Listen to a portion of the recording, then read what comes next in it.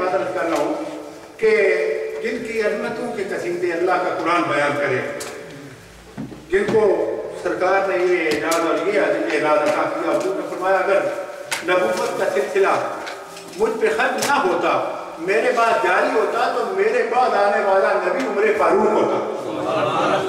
اتنی شان کے مالک سرکار تشریف لائے، جب گھوڑے آ کے مدینہ پاک میں رکے، حدیث پاک میں آتا ہے سیدنا فاروق اعظم رضی اللہ تعالیٰ عنہ نے اپنے امامہ شریف کا پلو اپنے چہرے پہ کر لیا، وہ دھول سے بچنے کے لیے، خاک شفا سے بچنے کے لیے، مٹی اس گرد مبارک سے بچنے کے لیے جب پلو کیا نا تو سرکار نے دیکھا، حضور نے فرمایا عمر کیا کر رہے ہو؟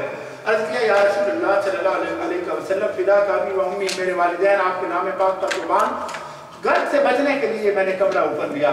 سرکار نے فرمایا عمر کپڑے کو ہٹاؤ، اس گرد کو اپنے چہرے پہ، اپنے جسم پہ پڑنے دو کہ یہ میرے مدینہ پاک کی، میرے شہر کی مٹی ہے، یہ جس کے جسم پہ یہ گرد پڑ جائے اللہ کریم اسے برس کی بیماریوں سے محفوظ کروا دے۔ اب یہ مدینہ پاک کی شان ہے کہ اس کی مٹی خاک شفا ہے، اور یہ سرکار نے جب وہاں اپنا قدم مبارک اس بستی میں، اس شہر پاک میں حضور نے قدم مبارک دکھایا تو پھر شان بنی۔ اس لیے کہ سرکار فرماتے ہیں کہ جب ہمارا میلاد پاک ہوا، یہ حضور فرماتے ہیں کہ اللہ کریم نے میرے میلاد پاک کی برکت سے، میرے قدم مبارک کے زمین سے مس ہونے کی برکت سے، حضور فرماتے ہیں مسجدً وطہورا، حضور فرماتے ہیں اللہ کریم نے پوری روح زمین کو پاک کروا دیا۔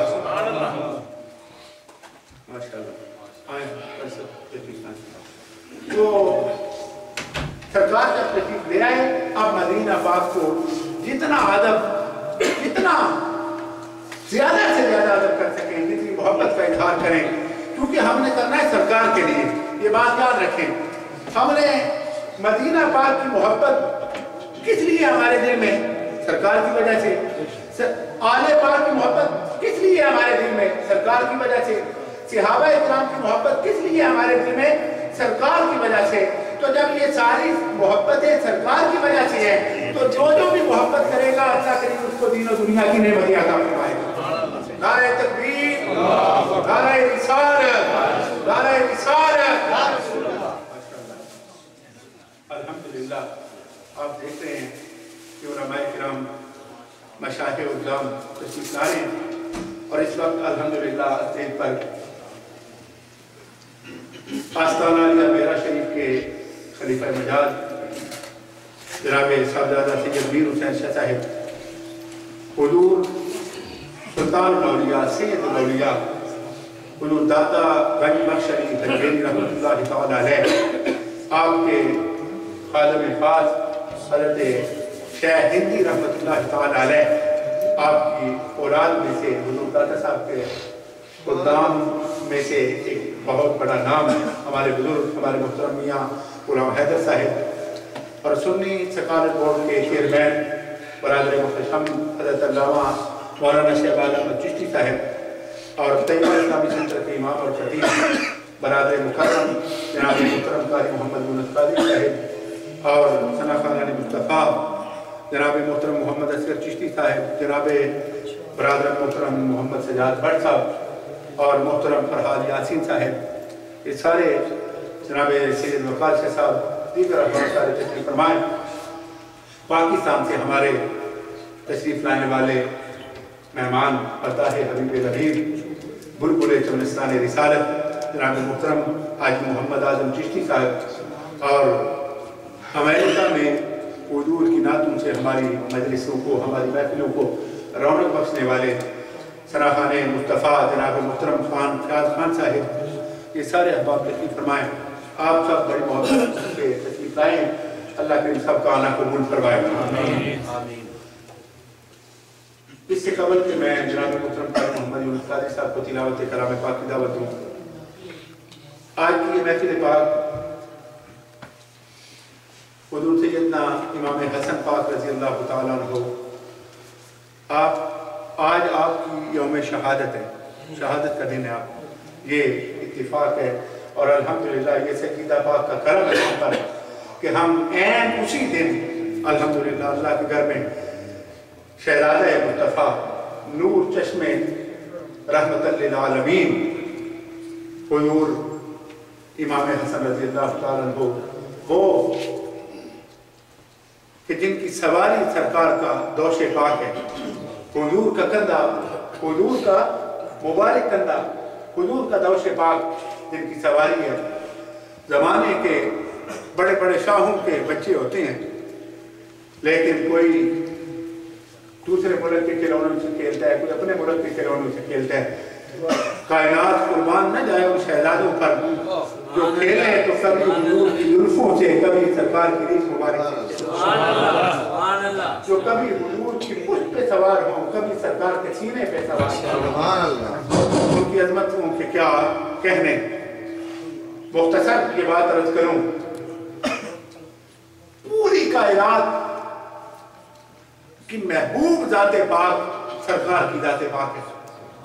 توجہ ادھر کیونکہ ہمارے بھائی بٹ صاحب اور یہ دوست لگے ہیں کیونکہ سسٹم کو ٹھیک کریں، آپ توجہ میری طرف رکھیں تاکہ میں بھی لیٹ نہ ہو۔ پوری کائنات کے ذرے ذرے کے نبی بھی سرکار ہے اور کائنات کے ذرے ذرے کے محبوب بھی سرکار ہے۔ کہیے سبحان اللہ۔ وہ انسان ہو، وہ جن ہو، وہ فرشتے ہوں، وہ ذرات ہوں، وہ حشرات ہوں، وہ نباتات ہوں، وہ جمادات ہوں، وہ حیوانات ہوں، ایک چونٹی سے لے کر جبریل امین تک اور حضرت میکائیل اور حضرت اسرائیل اور اسرافیل مالا اعلیٰ کے ان سجدوں سے لے کر حضرت انسان تک اور چھوٹی سی چھوٹی اللہ کی مخلوق تک ہر مخلوق کے نبی بھی سرکار ہے اور ہر مخلوق کے محبوب بھی سرکار ہے۔ جن سے پوچھیں ان کے محبوب سرکار ہیں، لیکن سرکار کے محبوب سرکار کی اہل بیت ہیں۔ سرکار کے محبوب سرکار کی اہل بیت ہیں۔ سیدہ فاطمہ پاک ہیں، حضرت امام حسن پاک ہیں، حضرت امام حسین پاک ہیں۔ اب اللہ کے قرآن کا یہ اعلان ہے کہ کل ان کنتم تحبون اللہ فاتبعونی یحببکم اللہ، کہ جو سرکار سے محبت کرے، حضور سے اتباع کرے، اللہ اسے اپنا محبوب بنا لیتا ہے۔ جو حضور کا غلام ہو وہ اللہ کا محبوب ہو، جو سرکار کے محبوب ہے اللہ کی بارگاہ میں ان کی عظمت کا عالم کیا ہوگا۔ اور حضرت امام ترمذی رحمۃ اللہ علیہ آپ فرماتے ہیں کہ خواب میں مجھے اللہ کریم کی زیارت ہوئی، میں نے عرض کیا مولا کوئی ایسا عمل بھی ہے جو تیری بارگاہ میں کبھی رد نہ ہو؟ تو اللہ کریم نے خواب میں فرمایا ترمذی ایک عمل ایسا ہے، یا اللہ وہ کیا؟ فرمایا جو بندہ میری بارگاہ میں میرے محبوب کے شہزادوں کا واسطہ پیش کرے، امام حسن اور امام حسین کا واسطہ پیش کرے، میں تقدیر بدل دیتا ہوں لیکن کچھ واسطے کو رد نہیں کرتا۔ کچھ واسطے کو رد، بڑے بڑے اولیاء، بڑے بڑے صوفیاء، بڑے بڑے صحابہ جنہوں نے سرکار کی مجلس میں سرکار سے دین سیکھا۔